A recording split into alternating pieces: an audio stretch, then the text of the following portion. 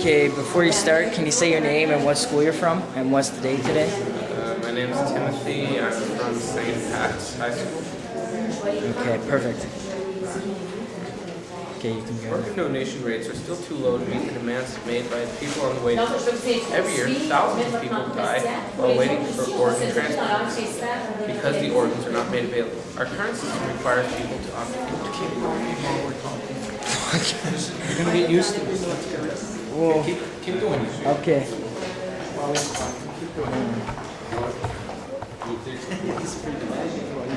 Alright. Do you want me to hold your tripod?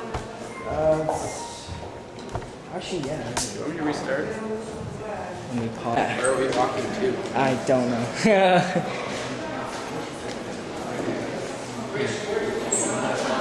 What? Okay, we're good. It's alright.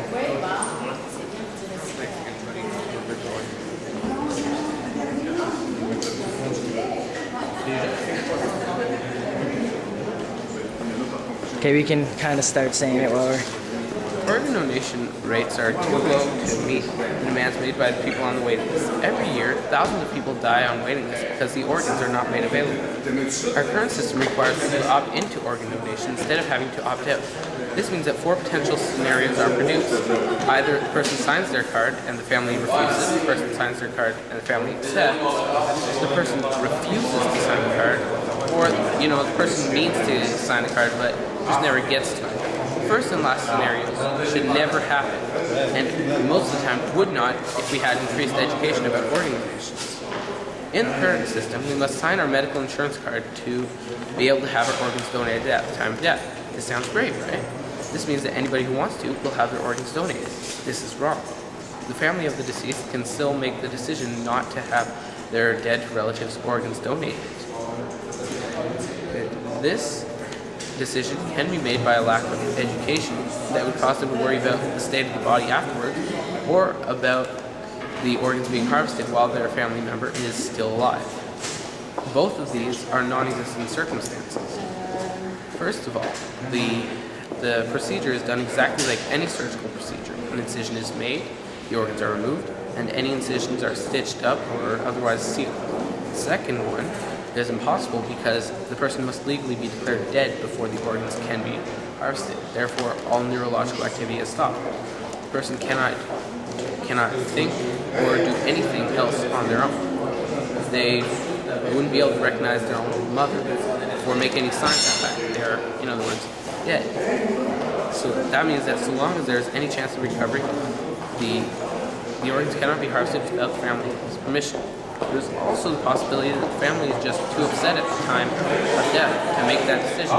Therefore, it is ever more important that the card be signed beforehand so that the decision is made in a rational state of mind.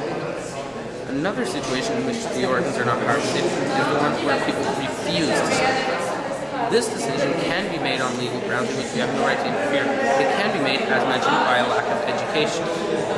This means that if we are to reduce the number of deaths on the waiting list, we need to increase education. Now, there's also the possibility of an opt-out system in which people have to sign a legal document to not have their organs donated. It means that anybody who really doesn't want their organs donated will go undocumented. Otherwise, the family can't refuse to have the organs donated at the time of death. This also fixes. This also fixes the last scenario, which is people that mean to sign the card but don't. If they don't, their organs are donated. It's automatic. We could also increase it by addressing it in the biology program. The current biology program does not address organ donation. Since Quebec's undergoing a reform right now that can apparently be changed on the fly, why not add it to the biology program? It could help save lives. To conclude, much can be done to help increase organ donations without any major change in society. We just have to make more of an effort to inform people on them and so that they know what they're doing when they're signing their card. This could help save hundreds, if not thousands of lives each year. Great.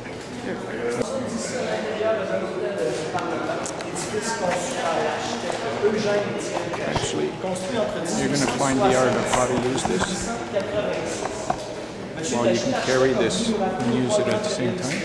Québec, dans la conception de l'édifice. I'm going to take some pictures. Or do you want to take pictures? I'll take I'll do pictures. it. You sure? Yeah. Le régime anglais, 1760 et 1860. Et la Confédération canadienne, 1867 à aujourd'hui. Donc, on va voir des emblèmes qui nous rappellent ces trois grandes périodes tout au long de la visite. So we're now in the National Assembly. This building was designed by the architect Eugène Étienne Taché and built between 1877 to 1886.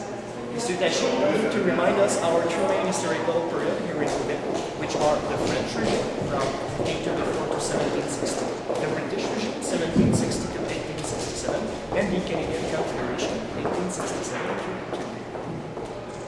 Nous sommes maintenant dans la hall principale.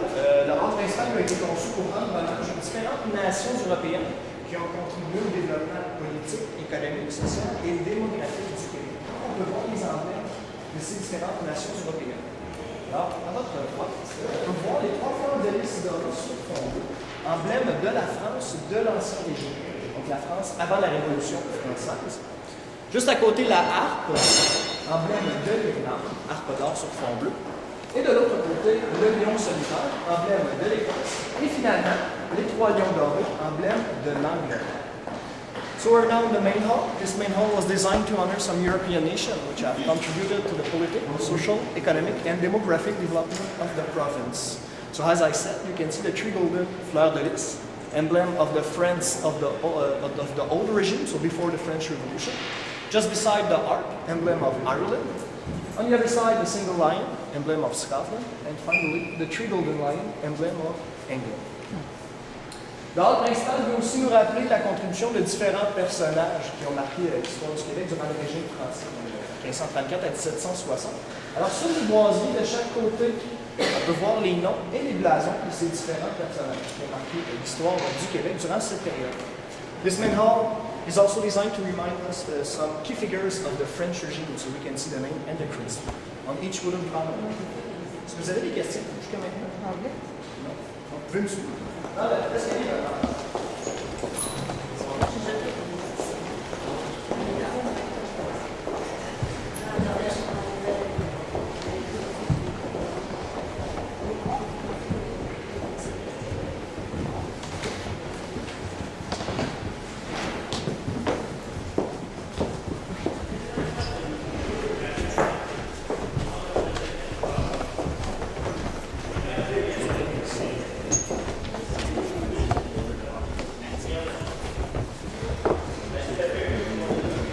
Derrière vous, c'est le restaurant Le Parlementaire, construit entre 1911 et 1917, conçu par les architectes Tanguy et Marchand. Les architectes ont utilisé un style beaux-arts dans la conception du restaurant, ce qui veut dire des plafonds très hauts et des colonnes à l'intérieur. Avant 1968, le restaurant était uniquement réservé aux parlementaires, donc les députés et les ministres.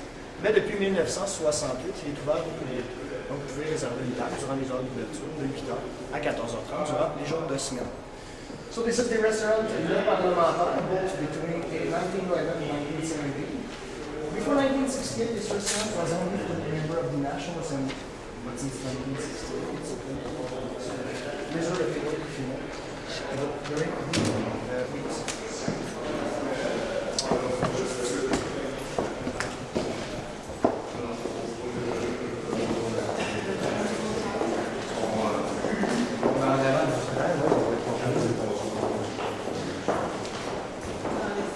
Alors, nous sommes dans le hall du premier étage, tout comme le hall principal, le hall du premier étage veut nous rappeler la contribution de différents personnages qui ont marqué l'histoire du Québec durant le régime anglais, donc de 1760 à 1867. Alors, on peut voir sur les boiseries les noms et les blasons de ces différents personnages. This is the first floor main hall. This hall is also designed to honor some key figures, but during the British regime, different key figures of the British regime. De chaque côté des deux salles, on peut voir à ma droite la salle de l'Assemblée nationale, où vous allez assister à la période des questions du haut des tribunes, et de ce côté, le conseil législatif. On peut voir difficilement, mais deux dates sur les portes. 1867 pour la Confédération canadienne et le second. 1792 pour la première élection au Bas-Canada. Le Bas-Canada qui était le Québec durant le régime.